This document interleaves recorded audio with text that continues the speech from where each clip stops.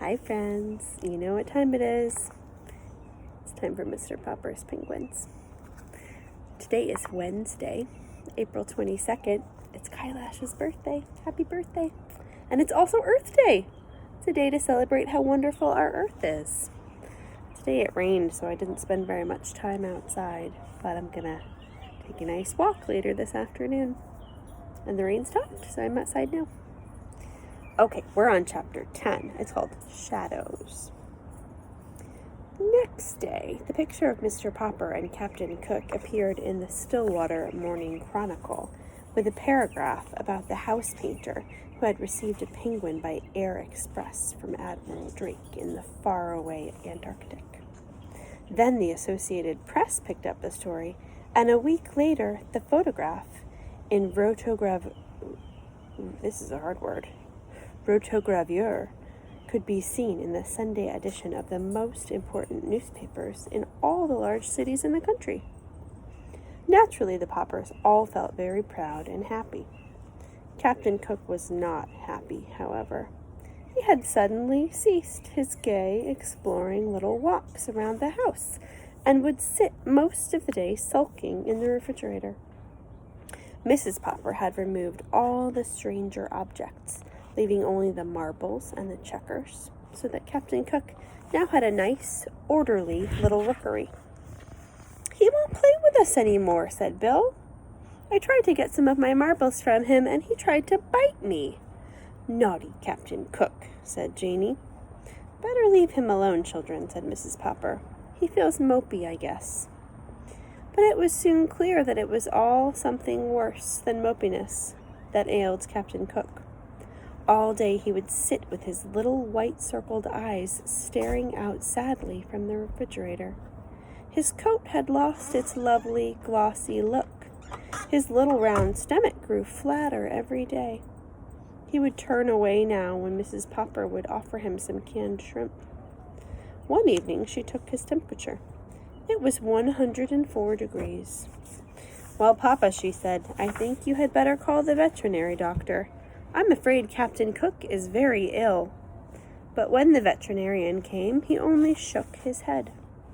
He was a very good animal doctor, and though he had never taken care of a penguin before, he knew enough about birds to see at a glance that this one was seriously ill.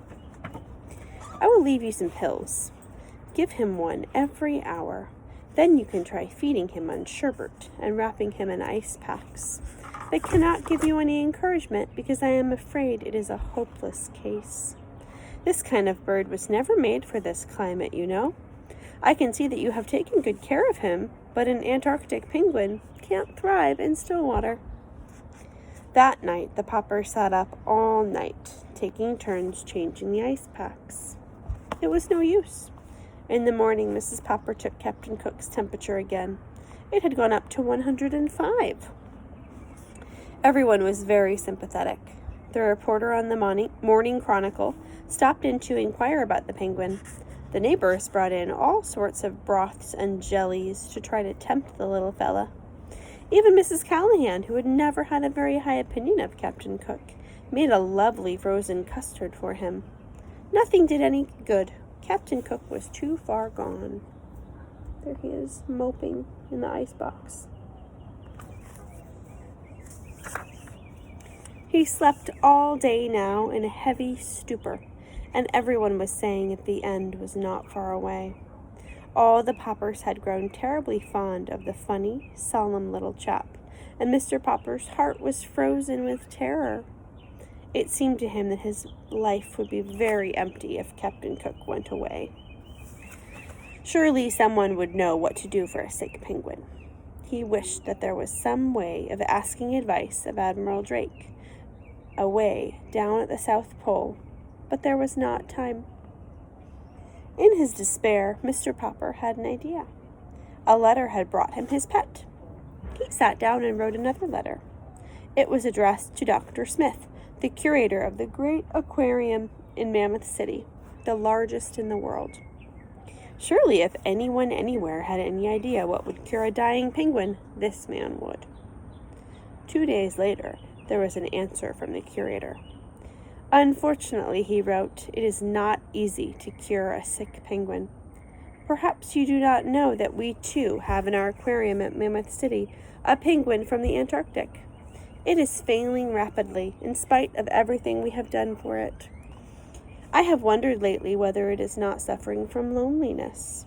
Perhaps that is what ails your Captain Cook. I am, therefore, shipping you, under separate cover, our penguin. You may keep her. There is just a chance that the birds may get on better together. And that is how Greta came to live at 432 Proudfoot Avenue. There's a new penguin in the mix. The next chapter is called Greta, chapter 11. We'll read that one tomorrow.